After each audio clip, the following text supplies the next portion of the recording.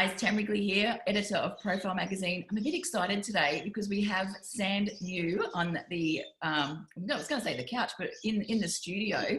And I'm a bit excited because I was reading over your bio and it's pretty impressive. And one of the things that really piqued my curiosity was your reflexology and your ability to be able to read people's feet.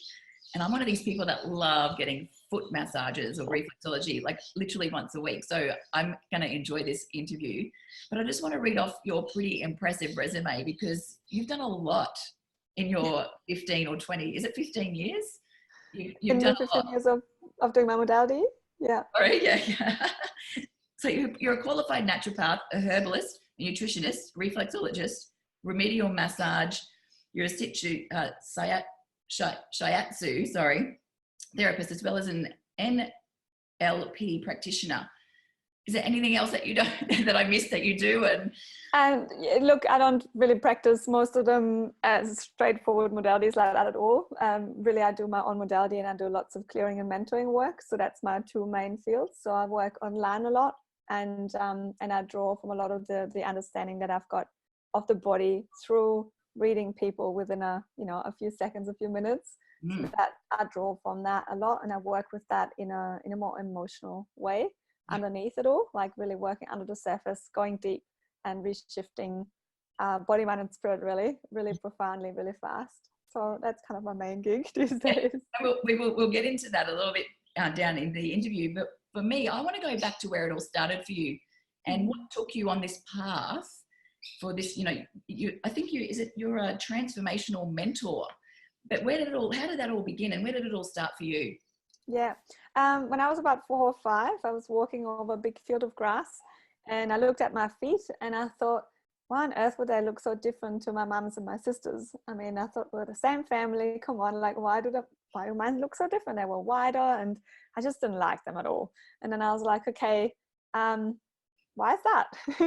And then I kind of just observed people, looked at their bodies and their shapes and their size and their personalities, and I realized that there was a lot of correlation between the shapes of their bodies and their personality types and the way they responded to people and what they thought like and what they dreamt of. And I connected more and more of that. So I did a lot of observing. And then later when I was a teenager, I found the same sort of friends that were interested in the same thing and started learning stuff around it. And then I got really sick with 16. And I really had to reconnect deeply with who I am and connect with my spirit, which I hadn't done in many years when I was a teenager. I got way too busy and disconnected. And in that time, I really reconnected, and I started studying all sorts of, like different alternative ways of connecting with the body and treating, like really working with health and well-being. And that kind of just started me off on this massive tangent. But it was a real deep point in my life where I pretty much nearly gave up and everyone couldn't help me. I was physically extremely sick. And and from that point in time, I was given a number by a natural therapist and I went with it because that was my only piece of hope I had. And within 3.5 days, I was better. And I knew that, okay, there's something in this. I need to pursue this. And that kind of then just got me into doing lots of inner work and lots of, studying different natural therapies and understanding the body, mind and spirit through a snapshot through the body. And the more I did that, I realized everything connected back to the feet. And I came across feet reading too in the south of Germany, somewhere in the Alps. And that sparked my interest straight away because it connected a lot of the other things I had done. And I could see that just everything's represented in the feet. Yeah. And whatever I then studied later, I kind of always connected it back with the feet. And I could say that I was really, really happy that my feet were really different because I could see why, because I'm so different to the rest of my family, although we're really close with each other. It's a pretty unique tool, isn't it, to be able to, you mentioned, you had this ability to read people's body, different body shapes, different feet, hands, whatever it might be. And when we all look at people every day of the year and every second of the day, and we would never sit there and like sort of read them. Well, I never knew that I was different that way until much, much later, right? Because I remember the day when I was a teenager and I went to school and I looked at this girl coming in and I was like, said to my other friend that was next to me, I was like, oh my goodness, I think something really terrible has happened this morning. She's really like grieving, something big's happened. And she was like, what are you talking about? like, what on earth are you talking about? And I'm like, can't you see, like, you know, she's really struggling. We got to check in with her. And she was like, I can't see a thing. Am I blind? And I'm like, are you blind or am I seeing something that you can't see? What on earth is going on here? And in that moment, it kind of dawned on me that maybe there was more stuff that I saw than others. Yep. And then that kind of just, yeah, more and more of that happened. I mean, it already happened when I was little, but I didn't connect all those until way later. You mentioned that you were sick quite early on in your life, and that was sort of put you on the path to where you go today. Can we talk a little bit about that and how that changed your directory? Sure. Look, I was just finished like writing my book, and editing this book the whole year has been like a real big insight and bringing lots of dots together for me, connected so much of my life.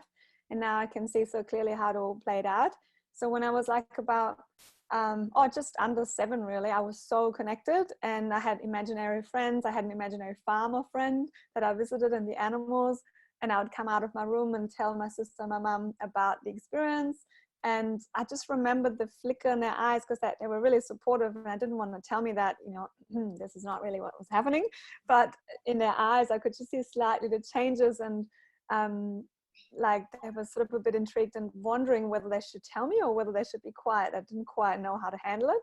And I just kind of noticed those subtle changes all the time and gone, something's a bit odd here. And then I would hold back. So I kind of had all this start. A lot of us have.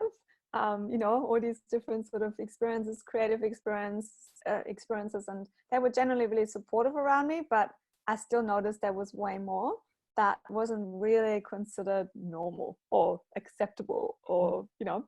And later I had like friends at school, or not friends, but, you know, other schoolmates point out to me that I was looking too deeply into their eyes, and it scared them, that I saw too much, or that I felt like I was sort of the core of their soul and I didn't like it. And I was like, so I always kind of pulled back, thinking I don't want to make them feel uncomfortable, so maybe something's wrong about how I do it, it's too much. So I kind of just pulled back. And so that kind of all just happened more and more gradually. I didn't really notice the cut so much, but it was just sort of more and more and more, dimmed it down. And I always loved traveling the world. So with my family, I always traveled. And then later, with about 11 years of age, I started doing certain trips by myself. And my mom always allowed me to, because she knew I was really connected with my intuition. So she always said, Sand, I'll let you go, but only because I know you will listen, won't you? And I was like, yeah, of course. So that's, as soon as I would put the backpack on, I would kind of literally put the hat on of intuition switched on. Yes. And so I would be just super present, super in the moment, completely aware of what was happening. And I always kept myself safe, and then later girlfriends that I would take with me. So it was just always tuning into that. But as soon as I'd come home, I'd go back to school, assignments, friends, jobs to finance my travels, this, that, and the other. It was just go. So much going on that I literally kind of came back. And as soon as I'd come back, I would feel like I'd have to take the hat of intuition off, because it wouldn't fit in. I wouldn't be able to do all the things actually properly listening, because it was just way too much. Yeah. And so with 16, I was in this phase where I had I think at that time I had 11 assignments going for high school in Germany. It's really hardcore, lots of expectations. I always wanted to be good at school, have good marks, do the good job everywhere, perfectionist. Hello. And was there for my friends that went through lots of stuff, and we had some stuff going on at home. I had a boyfriend, this, that, and the other. It was just so much going on, and being sensitive, it was just an overload. So at that time, I really felt like that disconnect, and then I got sick, and there was just something little starting up, and I was speaking to my doctor at the time saying, I don't really want to treat it like that. It doesn't feel right. And she was like, no, just put it on and we'll be fine, and we'll be fine. And in that moment, I had a 20, 30-minute nearly argument with her. I didn't want to do it. It was really I was really standing up for my rights, but she was so pushy. And in the end, I was like, oh, stuff it, I'll do it. And then I did it. And within 24 hours, I had a systemic infection, was in bed completely, pretty much literally attracted every viral and bacterial load that you can attract. Everyone went like, holy mogoly, what happened to you? Like all the doctors were like, what on earth happened to you? And I'm like, well, I don't know, I didn't listen. And it just shut me down. So that was pretty much the start. So coming back to myself was the biggest part here, just to reconnect and really listen. And when I didn't listen, I'd be back in bed. Yeah. So that was kind of my training, and I had that for about 10 months. Body way of telling you, yeah. I am listening now. Yeah. I will just listen and I'll say no to everything else. Yeah. And that taught me. What was the hardest thing about starting your business? Not knowing how to package it, how to communicate it with the world. I didn't realize at the time that part of this problem was that I didn't exactly know what I was doing. But I just didn't have a clue about how to reach people and how to package it. Like I was, it's actually a really funny story there that I experienced, which I might share here. I was sitting in the back of a yoga studio and I was doing some treatments, and I was always thinking like, why is my schedule so empty? Like I'd love to work with more people. I'd love to help more people. And so I was sitting at the back doing the session with someone, and she was like, Sand, I never knew that that's what you do. Like I would have come way earlier. And I'm like, that's great. I was thinking to myself, oh, so why didn't she? You know, I didn't really realize why. And then I was overhearing a conversation that was happening at the front with the lady at the front counter. Someone walked in from the street and said, what's happening out the back here? And she was like, oh, that's just Sand. She's just doing something like massage reflexology, similar to what I do. And I overheard that thinking, you what? I was like, no. And I knew like she's a yoga teacher and it does, you know, some pregnancy massage, very relaxing and completely different to my work. And I was thinking, wow, so even someone that I'd consider a friend doesn't even know what I do, like not at all. And then I was like, initially I felt really misunderstood. And I was like, that's not good. And then I went, well, if I feel misunderstood, I'm putting myself out there in the wrong way. Like no one gets it because I'm not wording it the right way. And then in that moment, I was like, okay, I have to learn about this now. Yeah. And that was like about 6 years ago.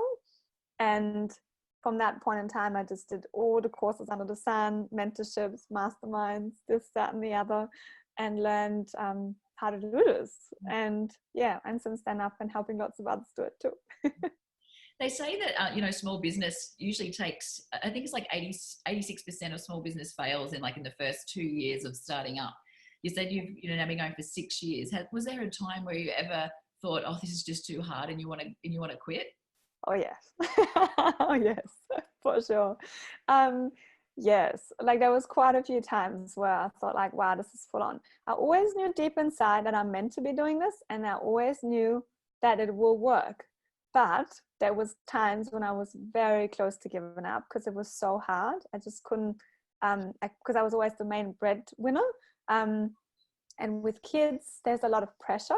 And my husband often had sort of viral loads coming on. So we couldn't predict when he had the energy to work or when not. We had to just kind of be gentle on his system. And at the same time, we knew what I've got is very, very awesome. But it wasn't just, happening like that. I wish it would have, but it's not. So in those moments, I always thought of those memes that they share on social media, right? Like where they show a tunnel where they dug in a hole and then just show this little bit of a wall left where it's like, well, keep on pushing. You might just be nearly on the other side. So I always saw that and I was like, I can't give up now, because what if everything would have happened tomorrow? And then I would have been so close, and I worked so hard on this. Like, what if it's that close? So I always kept on doing it. And there was 3 pivotal moments in time, which is something that I really recommend anyone that listens to this that is going through tough times in their business. If you're feeling frustrated, let yourself be frustrated. Like, don't suppress the anger and frustration. Don't swallow it down. Don't try to balance it out and go, oh, it's not that bad. Because what I noticed in the relationship with my husband, especially because, being as a team, not team in my business, but team as in our family, was like over the years, we always tried to balance each other's frustrations out. So if one of us would be frustrated, the other one would be going, oh, don't worry, it will be fine. We can do this, and kind of pep each other up. And that actually dimmed it. And we didn't realize what we were doing until I did more of the work that I'm doing now, where we work with shadow work and with clearing and really listening to our emotions. Because what happened was there was about 3 times when we both got really angry about the situation. And that was the 3 times when there was really a transformation happening. So I remember there were like 3 nights and we both literally stomped the ground and went, no more, something has to change. Yeah. And only because we allowed ourselves to be angry simultaneously at the situation and where things were at, and that I weren't moving fast enough. Only in those moments, something really happened. We allowed that anger to fuel what we needed to do. And in those times, it was like, let's set a deadline. If there's no change by that time, we'll have to quit. And I was like, I can't let that happen. That's not on. I can't make that happen. I really can't let go of that dream, of that vision. I know it needs to happen. And so in those moments, it really fueled something. And every single time the following day, I'd either have a new mentor calling, an opportunity coming up, something big shifting, and it always got like this massive up level happening. So I really recommend allowing yourself to feel the frustration, the anger if you're in this situation. And let that, I think it's that whole like that release, you know, that blockage is releasing that blockage to allow it to all come in, isn't it? Yeah. What have been some of your highs over the last 6 years? Highs? Yeah.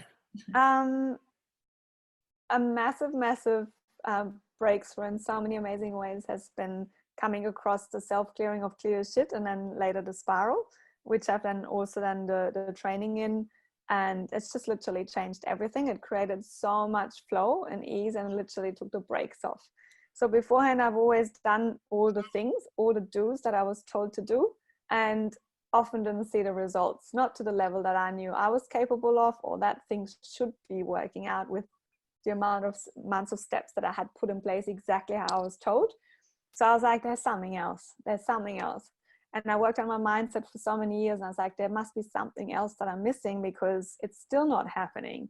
And I didn't realize that there was just so many things stored in my body, in the subconscious, that can't be accessed with awareness work and mindset shifts. It needs to be released on a deeper level.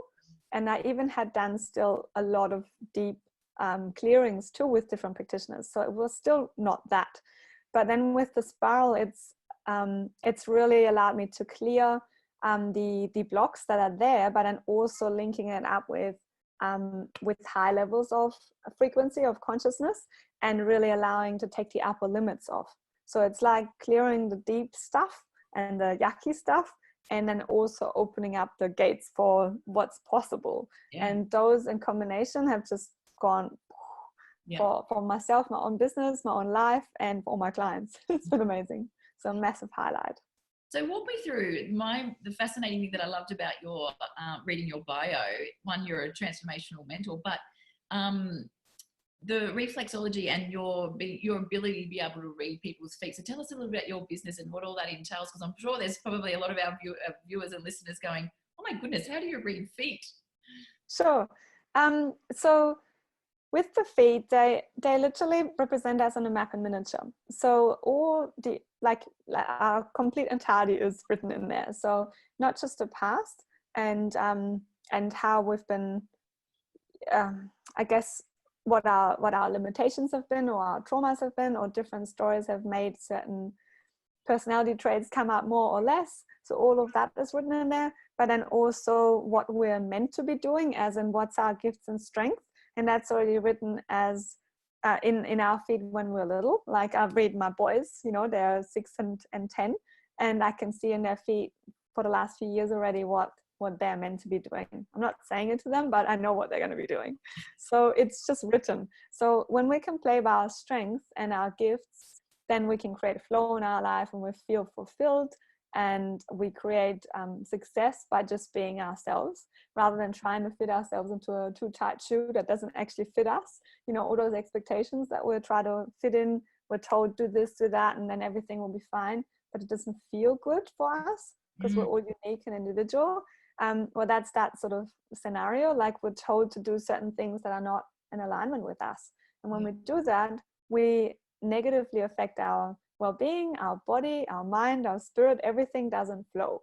Versus if it's fully in alignment with ourselves, then we can play by our strengths, we go with it, we love ourselves for what we can do and who we are, because we feel connected with it.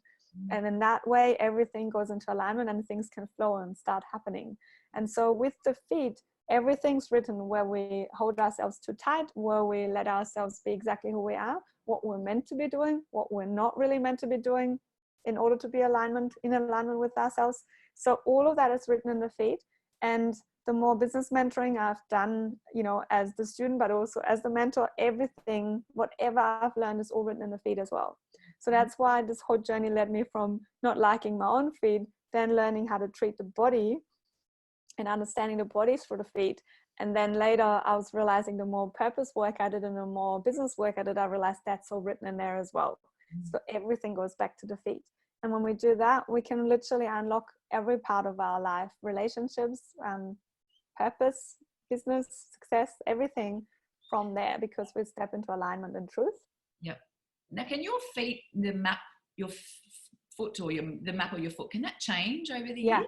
Yeah. So, a lot of people would have found that their feet changed, especially if it's women and they have had babies or something, feet change, right? But also, as we change our personality traits, the more work we do on ourselves, right, we change. So not everything stays the same as it was. And so certain things are laid out. Like, for example, if you look at the size of your big toe, if it's a big toe, not all of a sudden going to have a short one unless it gets cut by an accident, right? So that's going to be the same, right? And so that meaning and that expression and that mission and that big limitless potential that you've got in that regard is going to stay the same. But whether you live it or not, that's up to you, right? So whether we listen to what we know is our truth or not, only we know, right? And no one can tell you have to or you can't, because really that's there. It's given to you. It's like a gift. What you do with it is up to you. Whether you unwrap it or not, or throw it out the window, it's up to you. So that will stay the same. However, certain signs, like I'm thinking specifically of a client that I had a few years ago. She came with let's imagine this is the big toe. There was this raised lump on here and it was sort of red on both sides. It looked quite inflamed and she said it was really sore on both sides. And it really meant like she was feeling quite suppressed, and she was working in the government and she felt like for I think 15-20 years, and she felt really stuck. She was scared to let it go, that comfortable consistent earning, but she felt so limited in it, like it was not her. She's a super creative being. And she felt really stuck. And so we worked on removing, or clearing the blockages that she had around actually even allowing herself to live her truth. And so then she decided, after working on that for a little while, she decided she's going to do it now. And it was her biggest fear. So she did really well actually stepping into her own truth. And then she went to India and then started up her own company, and she's doing so well. It's amazing. But within a month of leaving and actually saying yes to her doing her own thing, she came back to see me and I was like, look, the red lumps are gone. And they've been affecting her for years, right? And it's just her body was going, I just need to get out of here. And she was pushing against the cage and she just couldn't get out. And then as soon as she was out and let herself be, completely gone. So that's one of those examples where we see the shifts happening, like really fast. Because I think too, you sort of mentioned we all get stuck in that rush of work-life balance and finding our purpose. And you mentioned I think you've got kids and a hubby. How do you do it all? How do you have a successful business, you work, and have a successful business and company and run a household, children and husband? How do you do it all? I think it's all about alignment. So the more in alignment I am with my biggest purpose and my biggest mission, the more easy it becomes. It sounds really bizarre, but I've been finding, I had this really amazing week in September where I was flown to Sydney to do a presentation at a big conference, and it was so in alignment. It felt such a big yes energy to it. the clients were amazing and went all beautifully. Everything was just flowing on the flight. I met all these amazing people on the flight back. It was just such a yes, yes, yes all the way. But at the same time, because I had our boys had changed schools about 3 to 4 weeks beforehand, so I had been stepping in way more with the school just to support them and be really there. Just helping them go through that bumpy bit. And so I had been like doing all the school runs to support my little one, and stayed in there for quite a few hours as well, supporting him. I had more clients, or like same huge amounts of clients. They still fitted in somehow. I don't even know how I did it. And then I flew down to Sydney, came back. I just felt so in the flow zone. And I was like, it's so completely possible. And I shared this image with my mom, and I said, I felt really happy because it's been always my biggest thing. I want to be a really connected mom that's really there, like really, really there. And at the same time, really live my purpose. That's always been the biggest dream, like to be able to do both those things and not having to say no to something. And so I've always been working on, I see it like split brain hemisphere syndrome, removing the blockages in between the brain halves, where we think this is work and success and this is purpose and spirit connection and love. Like instead of going either or, we can have them both. Yeah. But it's been taking me a lot of clearing work over the years. And that's what I also help my clients with, like removing the ors. We don't have to choose, we can have it all. But it just takes inner work. And with that, we can have it all. And I remember sending this photo over with the presentation and also some kids' photos. And my mom was like, I'm so proud of you. You're actually doing it. My kids are living mom and successful business. That is awesome. And I was like, oh, you're right. This is actually really what I was dreaming of. So that was a really beautiful moment to actually just acknowledge that to self. Yeah. It's so easy to run past the wins and go next. Yeah, we've got to stop and pat ourselves on the back every now and then. I think we don't. I don't do it enough. So your like 3 key successes in business. 3 key successes. Yeah, well, the 3 key factors to make your business successful. What have they been? Okay. Definitely self-clearing, alignment, and having really good mentors that are really in alignment. So with the clear, so I guess that's a random order right now. I guess like I got really good when I started really working with an awesome mentor that was really able to work with me in my alignment and not in her alignment, because that's a big difficult thing to find, to actually someone that really takes you for who you are rather than what they think you are and want to make you what they wanted to be, because that happens way too often, I find. So when that happened, that I found actually a mentor that just really aligned in terms of she really got who I was and helped me find words for that and helped me really package that in that way. That really kickstarted a massive change in my business and my whole journey. I really kind of found like, oh, now I can kind of see what I have. It's very unique. Before that, I was still completely lost in the pond of, are we all doing something similar? I often sort of found like, I would then hear something, I'm like, oh, that sounds like what I do. And then I'd hear someone else, oh, that sounds like what I do too. And so then I was like, are we all doing kind of the same thing? And where's the uniqueness in here? Because they always say, set yourself apart. And I was like, I can't see it at all. And then when I had that mentor helping me get that clarity, that was really good. That was like a massive step. And then all of a sudden I could see I'm completely unique. And that really helped give me a lot of clarity and confidence. So that was a great step. And then I've always been having to work with my alignment. Like I mentioned earlier, when I was 16, I had that training. I can't let alignment go. I would get instantly sick, or like it would not work. Like I would get literally, I just live by truth. If I can't have truth and full alignment, it doesn't work for me. So I have to say no. So that's been a big part, because over the years, when I was frustrated about not seeing the changes fast enough, I would see others that are sense they weren't energetically 100% in alignment, and they had great successes. And then I would go to my husband sometimes and go, isn't it just way easier just to work with something like that too, right? And he's like, yeah, you could have really fast success that way, but it would bite you in the foot. Yeah. And my husband does like a deep healing work as well called holographic kinetics, which is based on ancient dreamtime healing. And I've had a lot of influences from that about universal law and understanding the law of nature and the universe and how it all plays out energetically. And so that's been like a 6-year mentorship, really. And it's been heavily influencing the way I do my work and the way I lead my life. And I know it keeps me energetically safe versus so many people out there trying to do the shortcuts, and it works for them. And I think that it's all awesome. And they call in on help and energies and codes and this and that and the other. I know it's very in at the moment, but it's just, I'd say big warning lights. I'd be very careful with it, because if it's not in 100% alignment with their being and who they're meant to be and what they're meant to be bringing through, it can get very entrapped and entangled energetically, and that shoots them backwards. And I can't stress that point enough. And so I always had to go, okay, you're right, I know it, and I know that you're right.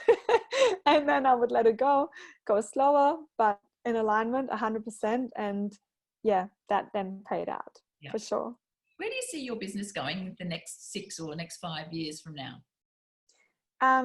Global, lots of trainings, lots of speaking, and sharing my message far and wide of how to navigate their life and business through the emotions, and really understanding and releasing their limitations deep down from the physical out, not even just through the feet, but just through the body out. It's very fast, and I do it globally already anyway, but like I just want to take it out to the masses because more people need to know about it. Such profound work, and it's really reconnecting people with who they are and remind them of who they are and what they're capable of.